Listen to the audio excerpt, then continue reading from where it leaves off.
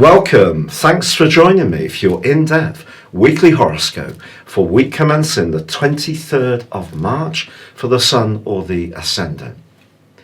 Can I ask you a big favour, please? If you've yet to subscribe to my channel, I'd be honoured if you did so now, but also very grateful. Because I was poorly for 5 years, I have got behind a little bit. So the more signals that YouTube gets in terms of my subscribers, the more my videos will be shared. So if you can help me with this, I'd be really pleased. This week begins in such a dramatic fashion. At 9:28 on Monday in London, we have a new moon in Aries. The Aries new moon is so exciting because it's about initiation, it's about fresh approaches, and because of the fire energy of Aries, it gives the moon much more ferocity to make things happen. So this is really impressive, but also it does embrace the new moon, Chiron, the wounded healer, the comet, which is really quite symbolic if we think what the world is dealing with at this time. Because the energy of the new moon can invigorate the energy of Chiron to try to help us to find ways that we can fight back against the COVID-19 virus.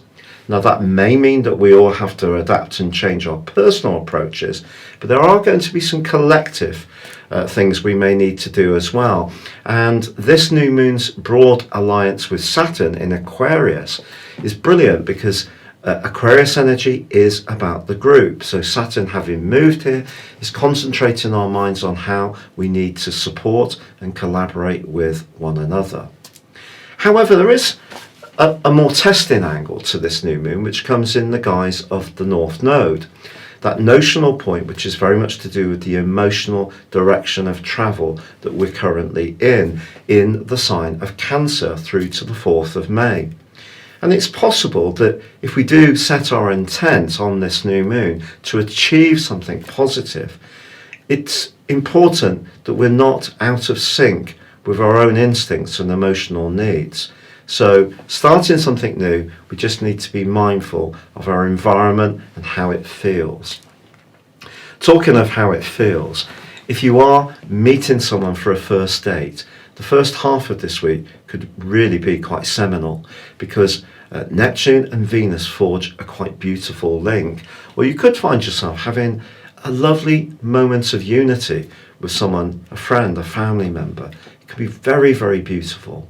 But then in the second half of this week, Venus forges an absolutely wonderful angle to Mars, Jupiter and Pluto. And this can transform all our approaches to relating in quite an interesting way. Because of course, Venus is in the sign of Taurus, which can be about more material instincts. It can be about more sensual matters. So it's all very earthy, this. So if we are attracted to a new approach or a new person, it may be that they're going to bring something into our world which is more substantive. That sounds really good. However, a more challenging influence this week is the square between Saturn, newly arrived in Aquarius, and Uranus in the sign of Taurus. Because both of these are the co-rulers of Aquarius, they're very much about innovation, but in different ways. Saturn gives us the courage to change the structures which are more traditional, bit by bit, whereas Uranus is much more the rebel. So because they're both in fixed signs, there may be things that we do need to change and adapt that we could find ourselves resisting, and that can create some tensions. Just be mindful of that. But as this week draws to a close, Mercury in the sign of Pisces finally emerges from shadow. So where the retrograde first began on the 16th of February, if we go back before then, and where Mercury first went into shadow in the sign of Pisces on the 3rd of February, I think that you're going to find that things do speed up in all sorts of ways, and that's going to be very pleasing for us all. Your specific forecast, Cancer, suggests that if you're feeling unfulfilled in terms of your worldly role, where you work or other responsibilities and obligations you got, then you're being asked to really raise your vibration, to really set your intention to try to improve this area of your existence.